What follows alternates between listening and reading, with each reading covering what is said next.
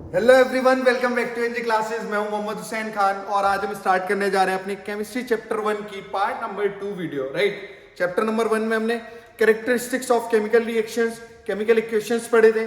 Second हमने उसके बाद balanced and unbalanced chemical reactions क्या होती हैं उनको पढ़ा था। ठीक है, अभी इस वीडियो में हम क्या करने वाले हैं, इस वीडियो में अपने रिएक्शंस, टाइप्स ऑफ रिएक्शंस पढ़ने वाले हैं। ठीक है, टाइप्स ऑफ रिएक्शंस में कौन कौन सी रिएक्शंस होती हैं, उस रिएक्शंस के अंडर में कौन कौन सी रिएक्शंस आती हैं। लाइक जैसे हम डिकम्पोजिशन रिएक्शन की बात करेंगे तो डिकम्पोजिशन रिएक्शंस 3 टाइप की होती हैं। Thermal decomposition reactions, photochemical decomposition reaction, electrolysis decomposition reactions. ये कैसे आती हैं, किसके अंडर में आती हैं, कैसे वर्क करती हैं और क्यों हम इनको कॉम्बिनेशन या डिकम्पोजिशन, डिस्प्लेसमेंट, डबल डिस्प्लेसमेंट या रिडॉक्स रिएक्शन क्यों बोलते हैं और क्या होती है। So without any further delay हम स्टार्ट करते हैं अपनी आज की वीडियो। आज हमारे कौन कौन से टॉपिक हम कवर करेंगे, केमिकल रिएक्शंस एंड इक्वेशंस और हमारा टाइप्स ऑफ रिएक्शंस। राइट, तो अब टाइप्स ऑफ रिएक्शंस में पहले मैं तुम्हें माइंड मैप एक दे देता हूं कि टाइप्स ऑफ रिएक्शंस में कौन कौन सी रिएक्शंस होती हैं और किसके अंडर में हम कौन सी रिएक्शंस पढ़ेंगे। ठीक है, सो हमारी types of reactions, right, types of reactions में हमारी फर्स्ट आएगी, फर्स्ट कौन सी है, फर्स्ट हमारी आएगी combination reaction. Combination reaction first हमारी कॉम्बिनेशन रिएक्शन। सेकेंड हमारी कौन सी है, सेकेंड हमारी है डीकंपोजिशन रिएक्शन। सेकेंड हमारी है decomposition reaction, second decomposition reaction. Third है हमारी डिस्प्लेसमेंट रिएक्शन। देखो, टाइप्स ऑफ रिएक्शंस में 5 टाइप्स की रिएक्शन होती है। पहली हमारी कॉम्बिनेशन रिएक्शंस, सेकंड हमारी कॉम्बिनेशन रिएक्शंस, थर्ड हमारी है डिस्प्लेसमेंट रिएक्शंस, फोर्थ हमारी है double displacement reaction, double displacement reaction. Right, और फोर्थ हमारी होती है फिफ्थ होती है हमारी रिडॉक्स रिएक्शन। फिफ्थ हमारी कौन सी होगी, रिडॉक्स रिएक्शन। देखो, सबसे पहले हमारी कौन सी है, कॉम्बिनेशन रिएक्शंस, सेकेंड हमारी डिकम्पोजिशन रिएक्शंस, थर्ड हमारी displacement reaction, fourth double displacement और फिफ्थ हमारी रिडॉक्स रिएक्शन है। अब देखो, कॉम्बिनेशन रिएक्शंस में हम एक रिएक्शंस पढ़ते हैं, इसके अंदर देखो, चलो मैं इसका कलर चेंज कर दे रहा हूं। इसके अंदर हम एक रिएक्शंस पढ़ते हैं, उसको हम बोलते हैं एक्सोथर्मिक। एक्सोथर्मिक रिएक्शन, ये किसके अंडर में आती है, कॉम्बिनेशन रिएक्शन से अंदर में आती है। सेकेंड डिकम्पोजिशन की रिएक्शन में हमारी आती है एंडोथर्मिक। कौन सी आती है, एंडोथर्मिक रिएक्शन। ठीक है, एंडोथर्मिक रिएक्शन।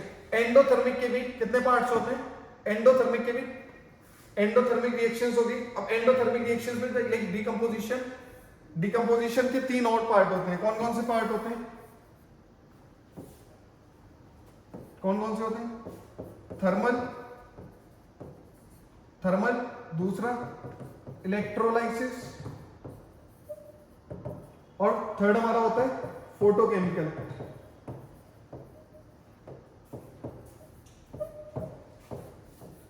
डिकम्पोजिशन रिएक्शन, हमारी जो डिकम्पोजिशन रिएक्शन है, डिकम्पोजिशन रिएक्शंस के अंडर में हमारा आता है एंडोथर्मिक रिएक्शन। और पैरेलली हम डिकम्पोजिशन रिएक्शंस को 3 पार्ट्स में पढ़ते हैं, thermal decomposition reaction, electrolysis decomposition reaction और फोटोकेमिकल डिकम्पोजिशन रिएक्शंस। ठीक है, फिर हमारी फिफ्थ है रिडॉक्स रिएक्शन। रिडॉक्स रिएक्शंस में हमारा 2 रिएक्शंस होती हैं, रिडक्शन एंड ऑक्सीडेशन। 2 रिएक्शंस कौन कौन सी होती हैं, रिडक्शन एंड ऑक्सीडेशन। क्लियर है, चलो अब हम केमिकल रिएक्शंस एंड इक्वेशंस क्या होती है उनको पढ़ते हैं। ठीक है, तो फर्स्ट हमारा क्या है, फर्स्ट हमारी जो रिएक्शंस है, फर्स्ट रिएक्शन है हमारी कॉम्बिनेशन रिएक्शन। पहली रिएक्शन कौन सी है, कॉम्बिनेशन रिएक्शन है। सर कॉम्बिनेशन रिएक्शन क्या होती है, समझ नहीं आता बिल्कुल, या रिएक्शंस क्या होती हैं उनको पढ़ाओ। ठीक है, तो कॉम्बिनेशन रिएक्शंस क्या होती है, अ केमिकल रिएक्शंस इन विच 2 और मोर रिएक्टेंट्स। अभी हमने पढ़ा था कि हमारे जो लेफ्ट हैंड साइड में होते हैं वो क्या होते हैं, रिएक्टेंट होते हैं, और एरो के बाद जो राइट हैंड साइड में आते हैं वो क्या होते हैं, प्रोडक्ट होते हैं। राइट, तो हमारी जो रिएक्शन है वो किससे मिलकर बनी होती है, रिएक्टेंट और प्रोडक्ट से। राइट, तो अब हम क्या कर रहे हैं, अ केमिकल रिएक्शन इन विच 2 और मोर रिएक्टेंट्स, रिएक्टेंट साइड में 2 या 2 से ज्यादा रिएक्टेंट है, 2 या 2 से ज्यादा रिएक्टेंट है जो क्या करते हैं, कंबाइन होते हैं। मतलब 2 रिएक्टेंट है इस साइड में 2 रिएक्टेंट है, ये दोनों कंबाइन हुए, ये दोनों कंबाइन होने के बाद क्या करते हैं, फॉर्म अ सिंगल प्रोडक्ट। एक कंबाइन होने के बाद एक नया प्रोडक्ट फॉर्म करते हैं, ठीक है। यहाँ पे दो रिएक्टेंट है, ये कंबाइन हुए, कंबाइन होने के बाद इन्होंने इस जगह पे एक नया प्रोडक्ट फॉर्म किया। लाइक हमारे पास एक ए है, राइट, हमारे पास क्या है, ए, ठीक है। ए हमारा कोई रिएक्टेंट है, फिर हमारा कोई बी रिएक्टेंट है, ए और बी दोनों कंबाइन हुए, उन्होंने क्या किया, एक नया प्रोडक्ट बनाया, ठीक है। लाइक हमारे पास है कैल्शियम ऑक्साइड है, ठीक है, कैल्शियम ऑक्साइड है, CaO, ये हमारे कैसी फॉर्म में, सॉलिड फॉर्म में। इसको हमने रिएक्ट करवाया किससे, वाटर से। वाटर किस फॉर्म में, लिक्विड फॉर्म में। इन दोनों की रिएक्शन कराई, हमारे पास क्या बना, CaOH का होल ट्वाइस, कैल्शियम हाइड्रोक्साइड। अब हमारे क्या है, एक्वस सॉल्यूशन है। एक्वस सॉल्यूशन कौन से सॉल्यूशन होते हैं, एक्वस सॉल्यूशन सिर्फ वो सॉल्यूशंस होते हैं जो हमारे पानी में क्या होते हैं, सॉल्युबल होते हैं, पानी में घुल जाते हैं, पानी में मिल जाते हैं, घुल मिल जाते हैं, वो सॉल्युबल होते हैं। एक्वस सॉल्यूशन हमारे क्या होते हैं, वाटर के अंदर सॉल्युबल होते हैं। तो हमारी कॉम्बिनेशन रिएक्शंस क्या है, कॉम्बिनेशन रिएक्शंस में हमारे पास 2 रिएक्टेंट होंगे, उन दोनों रिएक्टेंट के कॉम्बिनेशन को जो एक प्रोडक्ट बनाएगा उसको हम क्या बोलते हैं, कॉम्बिनेशन रिएक्शन बोलते हैं। 2 रिएक्टेंट होंगे, कंबाइन होंगे, एक प्रोडक्ट बनाएंगे, 2 रिएक्टेंट कंबाइन होकर एक प्रोडक्ट बनाएंगे, उसको क्या बोलते हैं, कॉम्बिनेशन रिएक्शन। अरे यहाँ पे देखो, यहाँ पे एक रिएक्टेंट है, एक रिएक्टेंट है, दोनों कंबाइन हुए, इन्होंने एक प्रोडक्ट बना दिया। क्लियर। अब देखो क्या है कि जैसे जो सॉल्यूशन ऑफ स्ट्रेट लाइन है, यहाँ पे हमने क्या बनाया, CaOH का होल ट्वाइस, CaOH का होल ट्वाइस क्या है, स्लेट लाइन में। स्लेट लाइन किस लिए यूज होता है, हमारा व्हाइट वॉशिंग के लिए यूज होता है। पुराने टाइम में लोग क्या करते थे, पुराने टाइम में व्हाइट वॉशिंग के लिए क्या यूज करते थे, व्हाइट वॉशिंग के लिए चूना यूज करते थे। ये हमारा चूना होता है, स्लेट लाइन क्या होता है, चूना होता है। तो पहले के लोग क्या करते थे ना कि रात में चूने को पानी में भिगो के रख देते थे, क्योंकि चूना बहुत ज्यादा हीट क्या करता है, निकालता है, हीट क्या करता है, छोड़ता है। बहुत ज्यादा हीट की वजह से क्या होता है कि लोग उससे डर की वजह से कि लाइक हाथ वगैरह जल जाएगा या बॉडी जल जाएगी, इस वजह से क्या करते थे, उसको रात भर पानी में रख के छोड़ देते थे। सुबह जब वो ठंडा हो जाता था फिर हम उसको यूज करते थे व्हाइट वॉशिंग के लिए, ठीक है। तो calcium hydroxide react slowly with the carbon dioxide in air to form a thin layer of calcium carbonate on the wall, ठीक है। Calcium carbonate is formed after 2 to 3 days of white washing and give a shiny finish to the ball। अब देखो क्या होता है, calcium carbonate है हमारा, ये 2 से 3 दिन बाद हमारा क्या करता है, एटमॉस्फेयर से और एटमॉस्फेयर के साथ साथ क्या करता है, रिएक्ट करता है, जिससे हमारी क्या होती है, जो वॉल है, वॉल पे शाइनिंग आती है।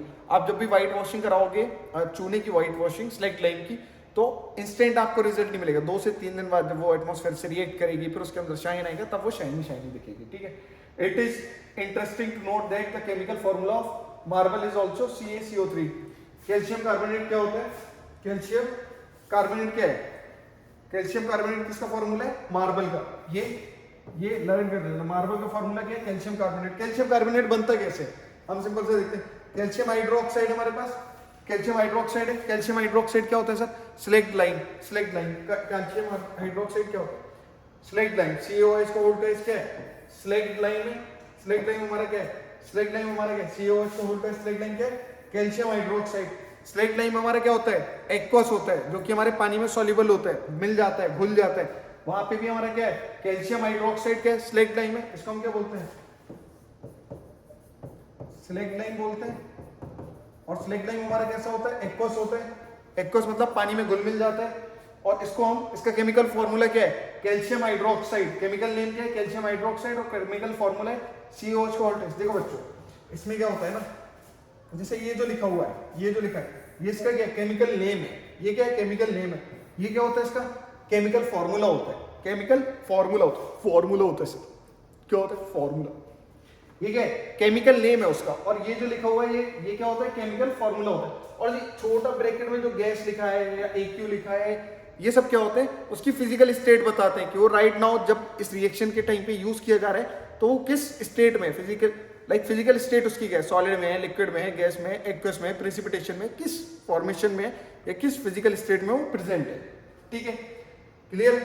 तो हम क्या करते हैं यहाँ पे, कैल्शियम हाइड्रोक्साइड हमारा जो सिलेक्ट लाइन है उसका कार्बन डाइऑक्साइड के साथ क्या कराते हैं, रिएक्शन कराते हैं। कार्बन डाइऑक्साइड के साथ रिएक्शन कराने के बाद हमें क्या मिलता है, कैल्शियम कार्बोनेट मिलता है, CaCO3। क्या मिलता है, कैल्शियम कार्बोनेट मिलता है अलोंग विद वाटर। वाटर हमारा क्या है, लिक्विड है, वाटर ये लिक्विड, ठीक है, पानी के साथ हमें मिलता है। ठीक है, अब देखो एक्सोथर्मिक रिएक्शन क्या होती है। एक्सोथर्मिक रिएक्शन क्या होती है, बर्निंग ऑफ नेचुरल गैस।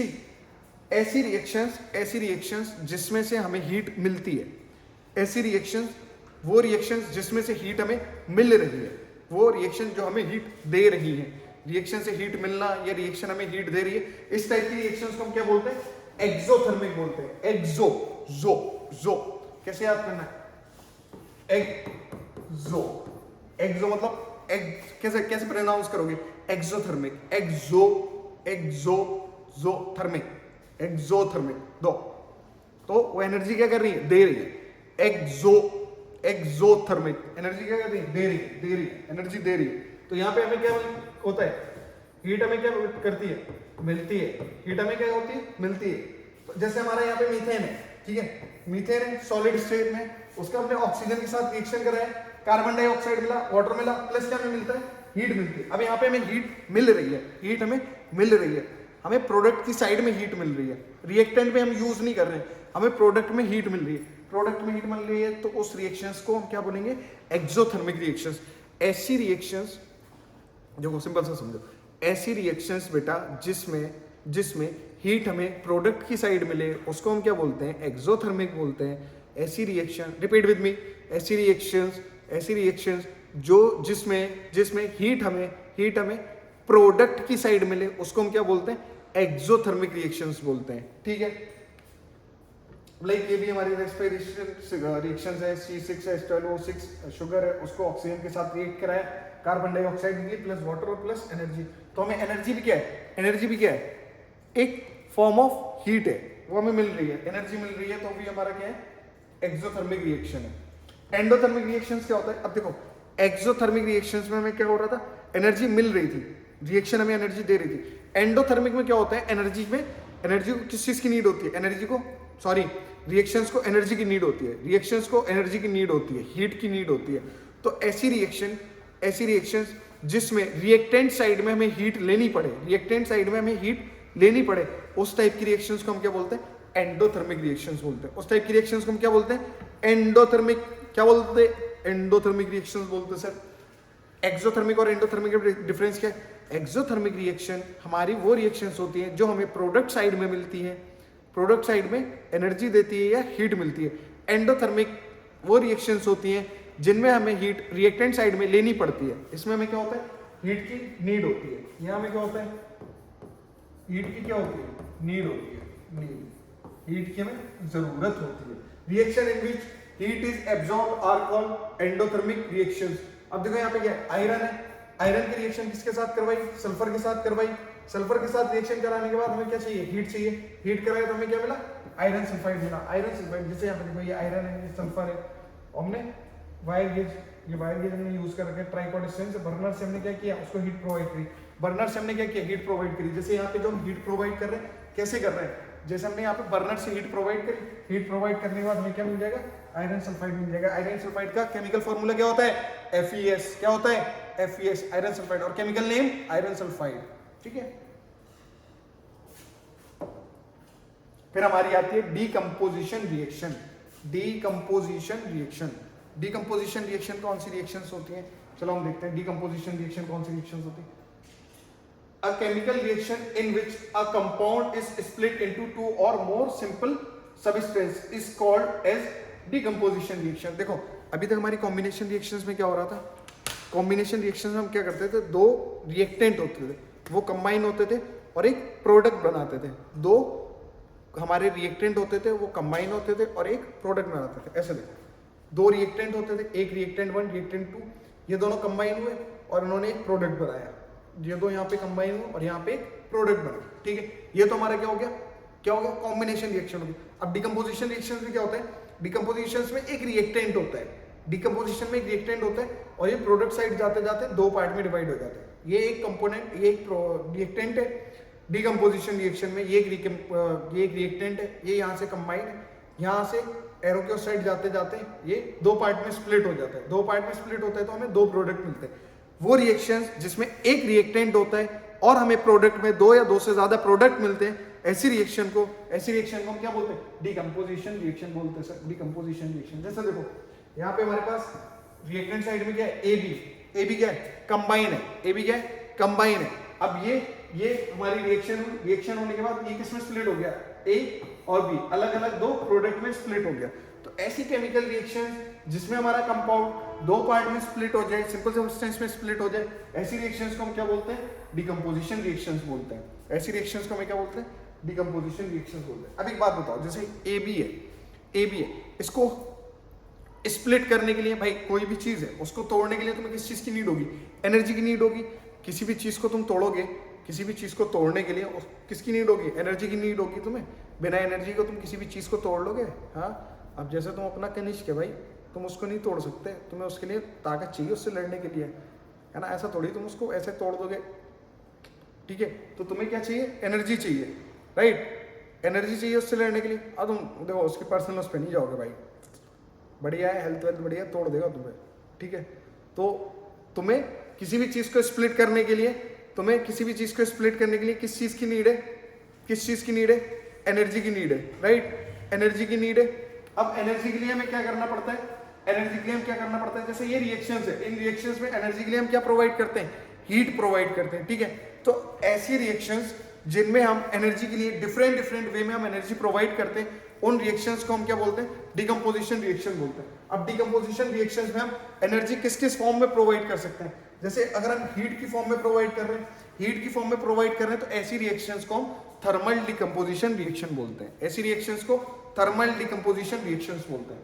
वो रिएक्शंस डिकम्पोजिशंस की वो रिएक्शंस जिसमें हम लाइट एनर्जी के थ्रू हम क्या करते हैं? उसमें एनर्जी प्रोवाइड कर रहे हैं, लाइट एनर्जी के थ्रू, लाइक सनलाइट के थ्रू हम उसको एनर्जी प्रोवाइड कर रहे हैं। तो ऐसी रिएक्शंस को हम फोटोकेमिकल रिएक्शंस बोलते हैं। बेटा क्या बोलते हैं? ऐसी रिएक्शंस को हम फोटोकेमिकल रिएक्शंस बोलते हैं, ठीक है? ऐसी रिएक्शंस डिकम्पोजिशन रिएक्शन की वो रिएक्शंस जिसमें हम एनर्जी इलेक्ट्रिसिटी की फॉर्म में प्रोवाइड कर रहे हैं, इलेक्ट्रिसिटी की फॉर्म में एनर्जी प्रोवाइड कर रहे हैं। ऐसी रिएक्शंस को हम क्या बोलते हैं? बेटा ऐसी रिएक्शंस को हम क्या बोलते हैं? Electrolytic decomposition reaction. पहले हमारी कौन सी हो गई? हीट एनर्जी जिसमें प्रोवाइड कर रहे हैं वो थर्मल डिकम्पोजिशन रिएक्शन। सेकेंड हमारी जिसमें हम सनलाइट या लाइट एनर्जी प्रोवाइड कर रहे हैं उसको हम क्या बोलते हैं? Photochemical decomposition reaction. वो रिएक्शंस जिसमें हम इलेक्ट्रिसिटी प्रोवाइड कर रहे हैं, वो रिएक्शंस को हम क्या बोलते हैं? उस रिएक्शंस को हम क्या बोलते हैं? इलेक्ट्रिक डिकम्पोजिशन रिएक्शन या इलेक्ट्रोलाइसिस डिकम्पोजिशन रिएक्शन, ठीक है?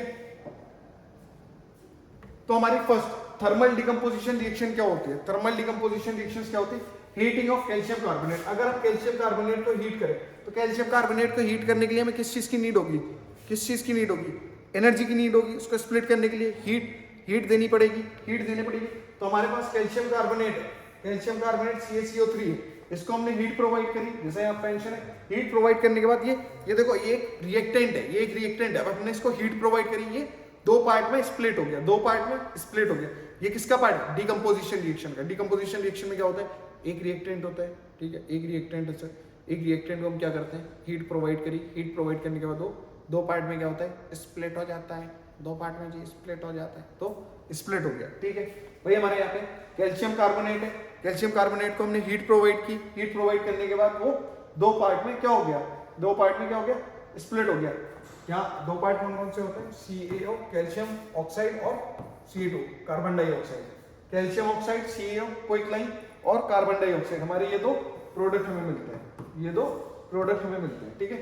कैल्शियम ऑक्साइड और कार्बन डाइऑक्साइड, राइट? इस कार्बन डाइऑक्साइड यहाँ पे निकल जाती है, कैल्शियम ऑक्साइड है, और हमारे पास क्या है? कैल्शियम हाइड्रोक्साइड सॉल्यूशन है, टर्नर से, ठीक है?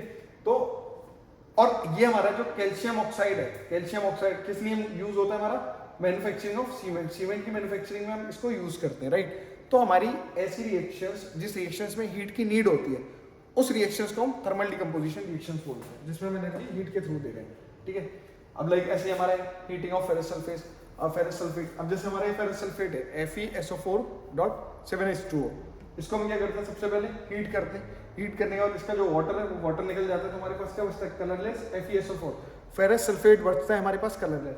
फिर हम फेरस सल्फेट को दोबारा से क्या करते हैं, हीट पे हीट प्रोवाइड करते हैं, तो ये हमारा स्प्लिट होता है ferric oxide, sulphur dioxide, sulphur trioxide. ये किसमें, 3 रिएक्टेंट में क्या होता है, 3 प्रोडक्ट में स्प्लिट होता है। एक रिएक्टेंट, ये अकेला रिएक्टेंट,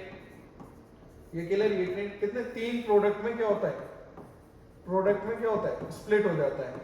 3 प्रोडक्ट में स्प्लिट हो जाता है। अब देखो इसमें क्या देखा उसने, बंसन बर्नर हमने यूज करा हुआ है, फेरस सल्फेट क्रिस्टल है, फेरस ऑक्साइड क्रिस्टल है, और ये किसी भी स्ट्रेन में होल्ड करके रखे। अब उसने क्या बोला, स्मेल, ये जो स्मेल यहाँ से निकल रही है या ये जो गैस यहाँ से निकल रही है, उसको अपने माउथ की साइड नहीं रखना होता है। कभी भी आप रिएक्शन करो, इस चीज का प्रिकॉशंस रखना, कभी भी उसको ऐसे मत रख के वो रिएक्शन करना, ऐसे करके रिएक्शन करना, क्योंकि उससे जो स्मेल निकलती है वो आपकी हेल्थ के लिए क्या होती है, हार्मफुल होती है। तो इसलिए कभी भी ना खुद के साइड करना है, ना अपने किसी फ्रेंड के साथ या कोई भी आपके साथ खड़ा उसकी साइड ऐसे फेस की साइड अपना टेस्ट ट्यूब मत कर देना, ठीक है।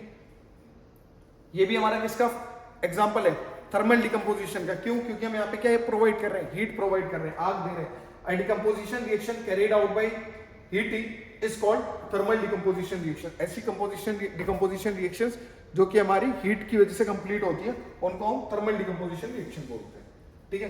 अब decomposition reactions due to light, देखो decomposition reactions due to light, light मतलब हम यहाँ पे किसकी बात कर रहे हैं, सनलाइट, मेजरली सनलाइट हो गया, या हमारी कोई भी व्हाइट लाइट हो गई, व्हाइट लाइट। अगर इसके कांटेक्ट में हमारा कोई भी केमिकल आता है तो रिएक्ट कर जाता है, ठीक है। ऐसी रिएक्शंस को हम क्या बोलते हैं, फोटोकेमिकल रिएक्शंस। अब इसमें क्या होता है, जैसे हमारा सिल्वर ब्रोमाइड है, सिल्वर ब्रोमाइड को अगर हम सन की लाइट में रख दें या सनलाइट से उसकी रिएक्शन कराएं तो क्या होता है, वो सिल्वर अलग बन जाता है और ब्रोमाइड हमारा अलग हो जाता है, 2 पार्ट में स्प्लिट हो गया। देखो हर वो रिएक्शंस जिसमें एक रिएक्टेंट है, और वहां पे हमें 2 या 2 से ज्यादा प्रोडक्ट मिल रहे हैं, वो सब किसके अंडर में आएंगे, डिकम्पोजिशन रिएक्शंस के अंदर में आएंगे।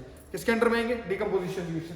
यहाँ पे हमारा कितना, एक क्या है, एक रिएक्टेंट है, 2 प्रोडक्ट में टूट गया, ठीक है। किसकी हेल्प से, सनलाइट की हेल्प से, सनलाइट की रिएक्शंस उसके साथ हुई, वो 2 पार्ट में टूट गया, ठीक है।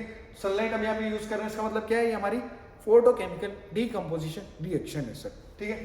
अब यहाँ पे हमारा सिमिलरली AgCl है, सिल्वर क्लोराइड को अगर हम सनलाइट से रिएक्शन कराते हैं तो क्या होता है, हमारा सिल्वर अलग मिल जाता है, हमारा क्लोराइड अलग मिल जाता है। डिकम्पोजिशन ड्यू टू लाइट की वजह से या सनलाइट की वजह से जो डिकम्पोजिशन होता है उसको हम क्या बोलते हैं, फोटोलाइसिस बोलते हैं या फोटोकेमिकल रिएक्शंस बोलते हैं। तो यहाँ पे हम फोटोलाइसिस भी बोल सकते हैं और फोटोकेमिकल रिएक्शंस भी बोल सकते हैं। अब हमारी both the reactions used in black and white photography. हाँ, ब्लैक एंड व्हाइट फोटोग्राफी के टाइम पे हम इस प्रोसेस को डेवलप करने के लिए हम ये दोनों रिएक्शंस को क्या करते हैं, यूज करते हैं। ये डायरेक्ट क्वेश्चन हमारा जो है ना CBSE बोर्ड एग्जाम में आ जाता है कि फोटोग्राफी को develop, white and black photography development purpose के लिए हम कौन सी रिएक्शंस को यूज करते हैं। तो बेटा वो ये 2 रिएक्शंस होती हैं, AgBr को सनलाइट से रिएक्ट करा के हमारा Ag+Br, और AgCl मतलब सिल्वर क्लोराइड को हम अगर रिएक्ट कराते हैं सनलाइट से तो क्या होता है, हमारा सिल्वर अलग मिल जाता है और क्लोराइड अलग मिल जाता है, ठीक है। स्क्रीनशॉट ले लो, इसका इंपॉर्टेंट है।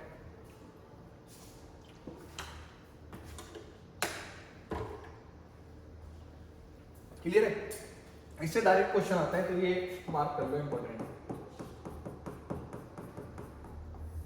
ये इंपॉर्टेंट है, ठीक है। चलो नेक्स्ट हमारा क्या है, electricity. Decomposition due to electricity is called electrolysis. वो रिएक्शंस, वो डिकम्पोजिशन रिएक्शन जिसमें हम हीट इलेक्ट्रिसिटी के थ्रू प्रोवाइड करते हैं, ऐसी रिएक्शंस को हम क्या बोलते हैं, इलेक्ट्रोलाइसिस या इलेक्ट्रोलाइटिक डिकम्पोजिशन रिएक्शन। ऐसी रिएक्शंस को हम क्या बोलते हैं, इलेक्ट्रोलाइटिक डिकम्पोजिशन रिएक्शंस, राइट।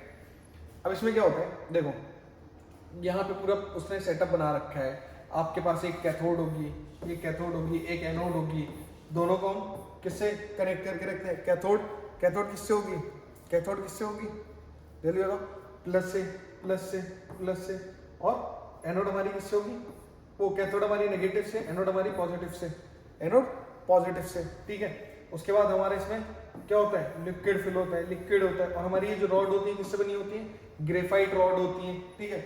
एक साइड हमारा ऑक्सीजन है, एक साइड हाइड्रोजन है, वो कैसे हो गया, डिपॉजिट हो गया, कैसे, इस रिएक्शंस के बाद कैसे। देखो सबसे पहले क्या होता है, हमारे पास यहाँ पे उसने क्या लिया, वाटर लिए, वाटर लिया है, इस वाटर में क्या करता है वो इलेक्ट्रिसिटी देता है, इलेक्ट्रिसिटी देता है। इलेक्ट्रिसिटी देने के बाद दो रॉड है हमारी, दो रॉड है। वाटर में हमारा क्या होता है, एक हाइड्रोजन होता है, एक हमारा क्या होता है ऑक्सीजन होता है। हमारा हाइड्रोजन कैसा होता है, पॉजिटिव चार्ज होता है, ऑक्सीजन नेगेटिव चार्ज होता है। Hydrogen positive charge, oxygen negative charge, ठीक है। तो हमारा क्या करता है, हमारा ऑक्सीजन होता है, हमारा जो दो टाइप के हमारे क्या होते हैं, दो टाइप के हमारे क्या होते हैं, क्या होते हैं जल्दी बताओ, दो टाइप के हमारे क्या होते हैं, अरे जल्दी बताओ। ग्रेफाइट रॉड होते हैं बेटा, ग्रेफाइट रॉड होते हैं, ये ग्रेफाइट रॉड होते हैं। हमारा क्या होता है, एक रॉड, ये नेगेटिव रॉड जो होता है जिसको हम क्या बोलते हैं कैथोड। कैथोड पे क्या होता है, हमारा हाइड्रोजन डिपॉजिट होता है, और एनोड जो कि हमारा पॉजिटिव चार्ज होता है उसमें हमारा क्या होता है ऑक्सीजन डिपॉजिट हो जाता है। क्या होता है, ऑक्सीजन डिपॉजिट हो जाता है, ठीक है। तो ये हमारी क्या रिएक्शंस होती हैं, ऐसी रिएक्शंस जिस रिएक्शंस में हम वाटर सप्लाई प्रोवाइड करते हैं, ऐसी रिएक्शंस जिसमें हम इलेक्ट्रिसिटी प्रोवाइड करते हैं, ऐसी रिएक्शंस जिसमें हम इलेक्ट्रिसिटी प्रोवाइड करते हैं, उस रिएक्शंस को हम क्या बोलते हैं, इलेक्ट्रोलाइसिस रिएक्शन बोलते हैं। और अब यहाँ पे देखो हमारे पास क्या है, एक रिएक्टेंट है, ये रिएक्टेंट कितने दो पार्ट्स में क्या हो गया, डिवाइड हो गया, दो पार्ट्स में क्या हो गया, डिवाइड हो गया, स्प्लिट हो गया, टूट गया। ऐसी रिएक्शंस जिसमें हम इलेक्ट्रिसिटी प्रोवाइड करते हैं और उसका एक रिएक्टेंट दो प्रोडक्ट में टूट जाता है, उसको हम क्या बोलते हैं, इलेक्ट्रोलाइटिक डिकम्पोजिशन रिएक्शन। तो हमने डिकम्पोजिशन रिएक्शंस की तीन रिएक्शंस पढ़ी, उसके अंडर में जो आती है, पहले थर्मल डिकम्पोजिशन रिएक्शन, फिर फोटोकेमिकल या फोटोलाइसिस डिकम्पोजिशन रिएक्शंस, फिर हमारी तीसरी कौन सी है, इलेक्ट्रोलाइटिक या electrolysis decomposition reaction. Very good. फिर हमारी अच्छा देखो ये रिएक्टिविटी सीरीज होती है, रिएक्टिविटी सीरीज को हम किससे कनेक्ट करते हैं, क्या या हमें रिएक्टिविटी सीरीज की क्यों नीड पड़ी। बेटा आप अब जब डिस्प्लेसमेंट और डबल डिस्प्लेसमेंट रिएक्शंस पढ़ोगे, तो आपका एक एलिमेंट दूसरे एलिमेंट को कब डिस्प्लेस कर सकता है, उसके पास क्या पावर होनी चाहिए, या क्या उसके पास एलिजिबिलिटी होनी चाहिए, क्या क्षमता या कौन सी ताकत होनी चाहिए जिससे वो दूसरे एलिमेंट को रिप्लेस कर देता है। तो उसके लिए हमारे पास क्या होती है, रिएक्टिविटी सीरीज होती है। रिएक्टिविटी सीरीज में अब देखो जो हमारा पोटेशियम है, पोटेशियम क्या लिखा है, मोस्ट रिएक्टिव। पोटेशियम हमारा क्या मोस्ट रिएक्टिव।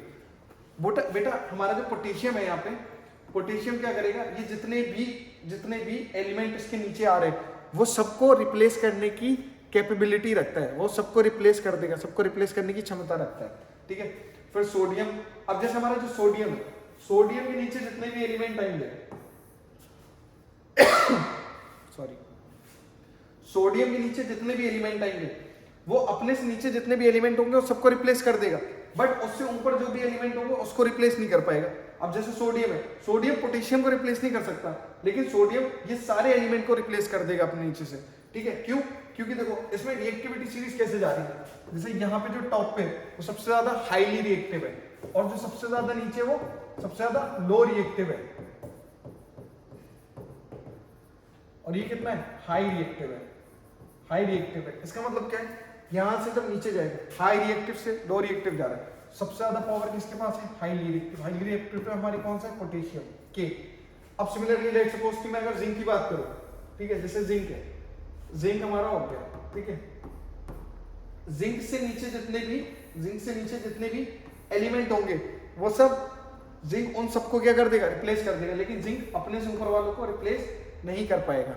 अरे बहुत सिंपल है, देखो तुम्हारे घर में दादाजी हैं, हेड ऑफ द डिपार्टमेंट दादाजी के बाद घर में किसकी चलती है सबसे ज्यादा, दादाजी के बाद घर में किसकी चलती है, मम्मी की चलती है बेटा, पापा की नहीं चलती। पापा वही करते हैं जो मम्मी कहती है, हम लाइव एग्जांपल हैं, मतलब देख रहे हैं हम, ठीक है। तो पापा के बाद, दादा के बाद मम्मी ने जो बोला मम्मी के बाद मम्मी जो कह देंगे पापा से, पापा वही करेंगे, उससे आगे नहीं जाते। पूछो क्यों, तो पापा गाना गाते हैं, पता है कौन सा, बताओ कौन सा, मैं तो जोरू का गुलाम बन के रहूँगा। ये कोई बात थोड़ी होती है यार, हाँ ऐसा थोड़ी होता है। तुम पत्नी की बात मानो, लेकिन हमारी भी कोई समस्या को समाधान करो। हाँ जब भी कुछ बोलो पापा ये करवा दो, कहते हैं अच्छा हाँ, फिर क्या कहते हैं मैं तो जोरू का गुलाम बन के, ऐसा थोड़ी होता है, मतलब हमारी भी समस्या सुनो तुम। तो अब देखो यहाँ क्या है, वापस से आ जाओ इधर, अभी तुम्हारे बहुत उम्र बाकी है, बहुत लंबा अभी तुम्हारा स्ट्रगल है, अभी तुम्हें इतनी जल्दी नहीं मौका मिल रहा है जोरू का गुलाम बनने का। कुछ लोग तो अभी से वादे कर रहे होंगे, मैं तेरे लिए चांद सितारे तोड़ के लाऊंगा। अब एक कम वक्त हो, तुम जिंक से पोटेशियम तोड़वा दो, चांद सितारे तो बाद में तोड़ के लाना। बेटा हमेशा ध्यान रखना, 10th क्लास का प्यार, ठीक है, ये मत बोलना सर ज़्यादा पर्सनल हो रहे हो, 10th क्लास का प्यार और 11th क्लास की मार्कशीट जिंदगी में कहीं काम नहीं आती, ठीक है। तो इस बात को ध्यान रखना, उसके चक्कर में अपना 10th मत बर्बाद कर लेना, ठीक है। तो जिंक हमारा है, ठीक है। जिंक जो एलिमेंट है, जिंक एलिमेंट से नीचे जितने भी एलिमेंट आएंगे वो उन सबको क्या करेगा, रिप्लेस कर देगा, बट अपने से ऊपर वालों को रिप्लेस नहीं कर सकता। अब यहाँ पे हमारा जो सबसे नीचे है गोल्ड, गोल्ड सबसे ज्यादा लीस्ट रिएक्टिव एलिमेंट है, ये किसी को भी रिप्लेस नहीं कर सकता क्योंकि इसके नीचे कोई भी एलिमेंट नहीं आ रहा है, इसको सब रिप्लेस कर देंगे। कोई भी आएगा लेते आके चला जाएगा, बट ई बाबू किसी को नहीं लेते आ सकते। ई हमारे किस पे है, टॉप कमांड में है, तो ये सबको लेते आ सकते हैं, इनको कौन ही नहीं लेते आ सकता, ठीक है। तो पोटेशियम हमारा, पोटेशियम मोस्ट रिएक्टिव होता है, उसको कोई भी अपनी जगह से रिप्लेस नहीं कर सकता। और गोल्ड हमारा इतना ज्यादा लीस्ट रिएक्टिव होता है कि जो आता है चलता फिरता उसको लपेट देता है, ठीक है। तो the arrangement of metal in the increasing और decreasing order of reactivity is called the reactivity series of metal. इसको हम क्या बोलते हैं, रिएक्टिविटी सीरीज ऑफ मेटल बोलते हैं। हाँ, इसको जो है ना अच्छे से लर्न कर लेना, क्योंकि ये जितने भी एलिमेंट हैं मेजरली हम इसी पे डिस्प्लेसमेंट और डबल डिस्प्लेसमेंट देखेंगे, तो जितनी जल्दी ये आपको याद हो जाएंगे उतनी आपको परफेक्शन हो जाएगा कि कौन से एलिमेंट को किससे रिप्लेस करना है, कौन से एलिमेंट को किससे रिप्लेस नहीं करना है। अब जैसे यहाँ पे पोटेशियम है, पोटेशियम को जिंक रिप्लेस नहीं कर सकता, जिंक क्या जिंक पोटेशियम को रिप्लेस कर देगा, नहीं, जिंक पोटेशियम को रिप्लेस नहीं कर सकता, तो क्या हो जाएगा, नो रिएक्शन हो जाएगा। और अगर आपको पता नहीं होगा तो आप क्या करोगे, डबल डिस्प्लेसमेंट है रिप्लेस कर दो, डिस्प्लेसमेंट है रिप्लेस कर दो, जबकि नो रिएक्शन भी हो सकती है, ठीक है। कैसे होगी मैं बताता हूँ। अब देखो डिस्प्लेसमेंट रिएक्शन क्या होती है, डिस्प्लेसमेंट रिएक्शन में क्या होता है, देखो जैसे यहाँ पे ए बी है, ए बी एक क्या है, एक क्या है, एक रिएक्टेंट है और सी भी एक रिएक्टेंट है। अब ए बी यहाँ पे कंपाउंड है और सी हमारा अकेला है, कंपाउंड है, वो 2-3 लोगों से मिलकर बना है, सी हमारा अकेला है। उसने क्या किया, सी ने क्या किया या बी ने क्या किया, अब बी ने सी के साथ चला गया, बी सी के साथ चला गया, बी सी के साथ चला गया, मतलब क्या हुआ, ए अकेला रह गया, ए अकेला रह गया। इसमें हम क्या कह सकते हैं कि सी ने ए को रिप्लेस कर दिया और बी से क्या कर लिया, बॉन्ड बना लिया, बॉन्ड बना लिया, है ना। कई बार ऐसा होता है ना, तुम्हारा 9th क्लास में किसी और के साथ बॉन्ड बन रहा होता है, फिर 10th क्लास में किसी और के साथ बॉन्ड बना लेती है, वहाँ डिस्प्लेसमेंट हो गया तुम्हारा, ठीक। सर आज के सेशन में पर्सनल क्यों हो रहे हो यार, सेशन ही ऐसा है, देखो ठीक है, ठीक है, कि तुमने उसके साथ बॉन्ड बनाया, उसने किसी और के साथ बना लिया, तो जिस तीसरे के साथ उसने बॉन्ड बनाया उसने तुम्हें क्या कर दिया, रिप्लेस कर दिया। वही यहाँ पे होता है, ए ने बी के साथ बॉन्ड बनाया लेकिन सी आया, सी ने ए को रिप्लेस कर दिया और बी के साथ बॉन्ड बना लिया, ठीक है। तो इसी रिएक्शंस को हम क्या बोलते हैं, डिस्प्लेसमेंट रिएक्शन बोलते हैं। डिस्प्लेसमेंट रिएक्शन वो रिएक्शंस होती हैं जिनमें दो रिएक्टेंट में एक रिएक्टेंट जो कि कंपाउंड होता है उसके साथ में जो दूसरा एलिमेंट होता है वो उसको रिप्लेस कर देता है। अब यहाँ पे देखो सी ने किसको रिप्लेस किया, ए को रिप्लेस किया, इसका मतलब क्या है, सी यहाँ पे हमारा कैसा है, सी हमारा कैसा है, हाईली रिएक्टिव है या हाई रिएक्टिव है, हाई रिएक्टिव है। और किसको रिप्लेस किया, ए को रिप्लेस किया, तो ए हमारा यहाँ पे कैसा हो गया, लो रिएक्टिव हो गया। कैसा हो गया, लो रिएक्टिव हो गया, ये ध्यान रखना बेटा, है ना। अब यहाँ पे देखो हम देख लेते हैं, जैसे हमें रिएक्शन दे रखी है CuSO4, कॉपर सल्फेट है, कॉपर सल्फेट प्लस आयरन दे रखा है, कॉपर सल्फेट प्लस आयरन। अब यहाँ पे देखो कॉपर कहाँ पे, कॉपर इस जगह पे और आयरन हमारा कहाँ है, आयरन ऊपर है। तो देखो आयरन हमारा कहाँ है, कॉपर से ऊपर है, कॉपर से ऊपर है, तो जो ऊपर है उसके पास पावर है, वो नीचे वाले को रिप्लेस कर सकता है। जो ऊपर है, जो ऊपर है, जो ऊपर है उसके पास पावर है, नीचे वाले को रिप्लेस कर सकता है। तो यहाँ पे आयरन है, आयरन के पास पावर है कि वो कॉपर को क्या कर सकता है, रिप्लेस कर सकता है, ठीक है।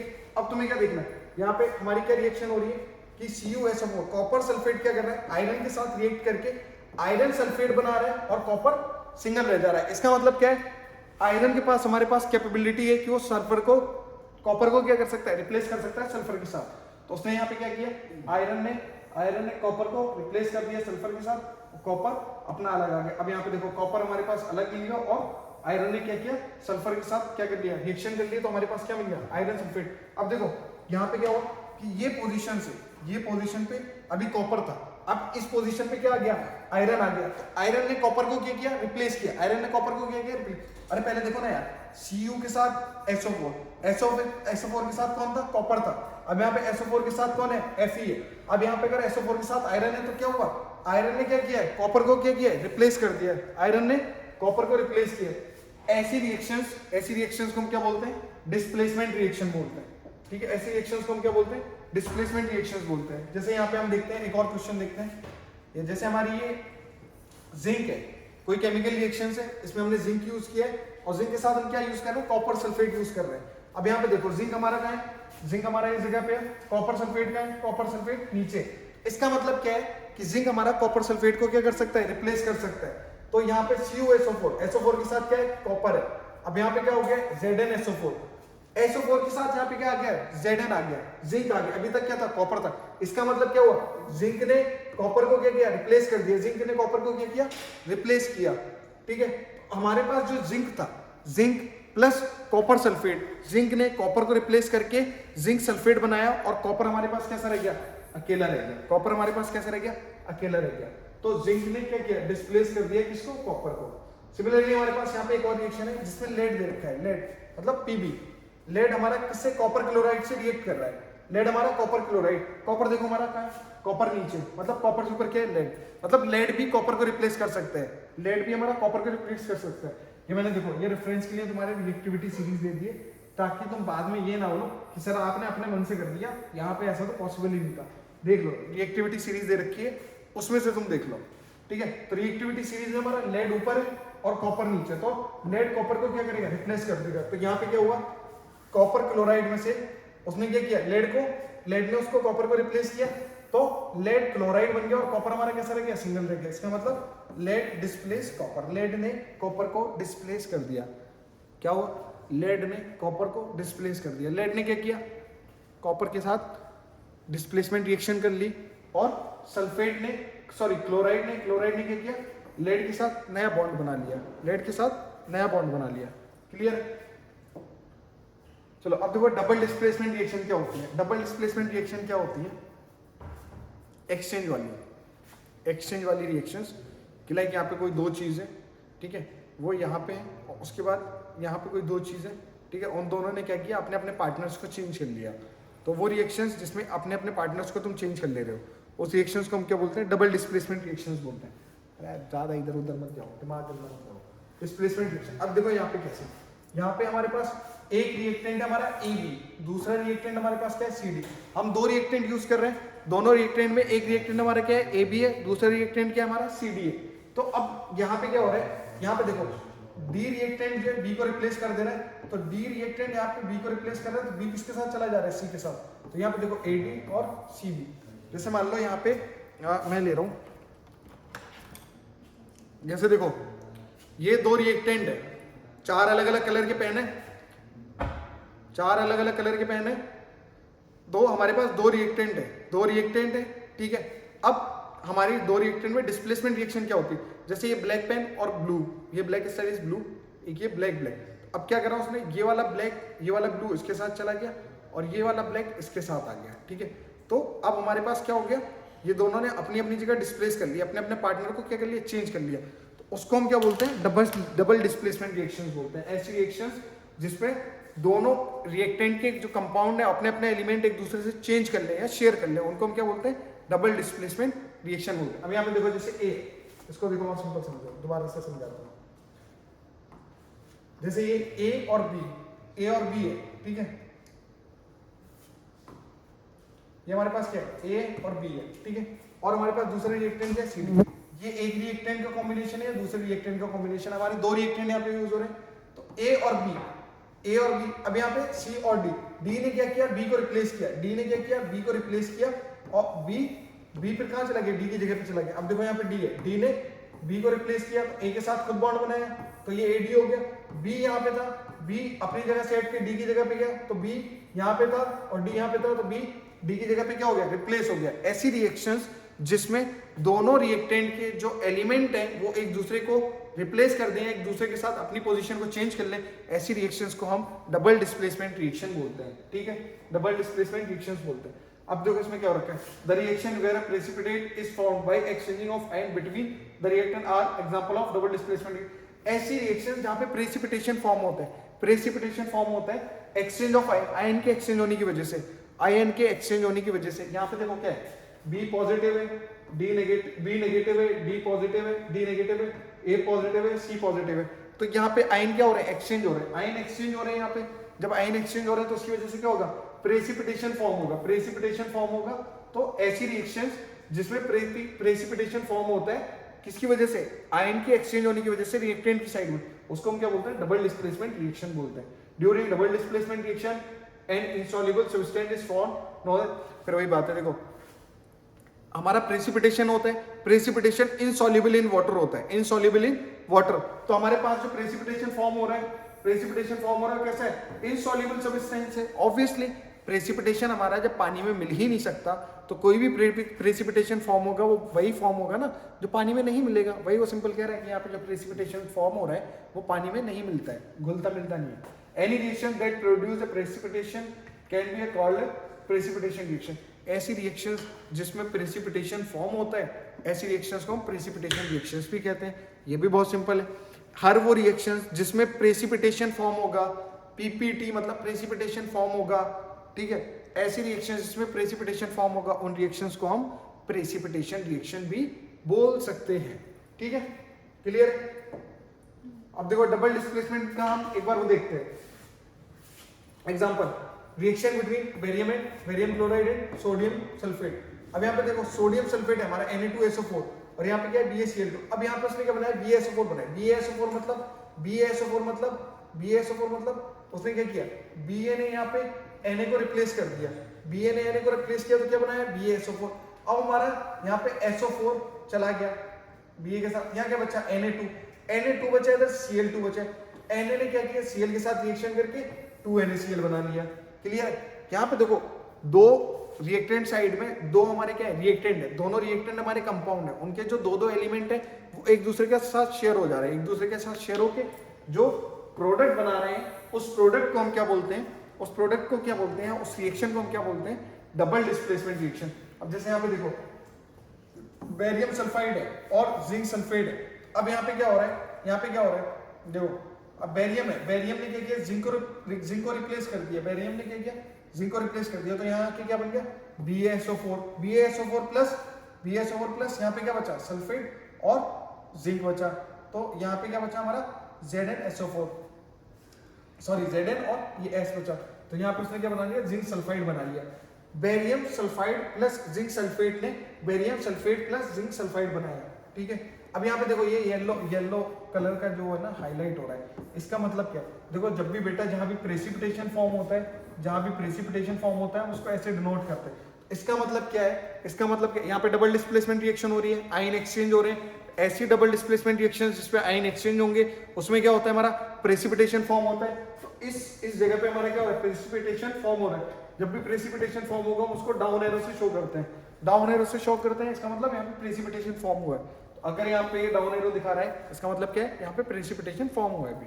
अब हमारे पास एक और एग्जांपल है, copper chloride CuCl2 plus potassium iodide, अब हमारा क्या हो रहा है, हमारा क्या हो रहा है, पोटेशियम जो है ना, हमारा पोटेशियम क्या कर रहा है, कॉपर को क्या कर दे रहा है, पोटेशियम कॉपर को क्या कर दे रहा है, रिप्लेस कर दे रहा है। भाई पोटेशियम सबसे ज्यादा हाईली रिएक्टिव है, कॉपर उससे लो रिएक्टिव है, तो पोटेशियम कॉपर को रिप्लेस करके क्या बना रहा है, KCl पोटेशियम क्लोराइड। और कॉपर जो है ना, कॉपर हमारा रिप्लेस हो गया तो कॉपर किसके पास जाएगा, आयोडाइड के पास। तो वो क्या बना रहा है, क्यूप्रिक आयोडाइड। ब्राउन पीपीटी यहाँ पे फॉर्म हो रहा है, ब्राउन प्रेसिपिटेशन, ब्राउन कलर का प्रेसिपिटेशन यहाँ पे फॉर्म हो रहा है। और उसको हम किससे दिखाते हैं, डाउन एरो से दिखाते हैं। यहाँ पे ऊपर वाले में बेरियम सल्फेट में व्हाइट कलर का प्रेसिपिटेशन फॉर्म हुआ था। ठीक है।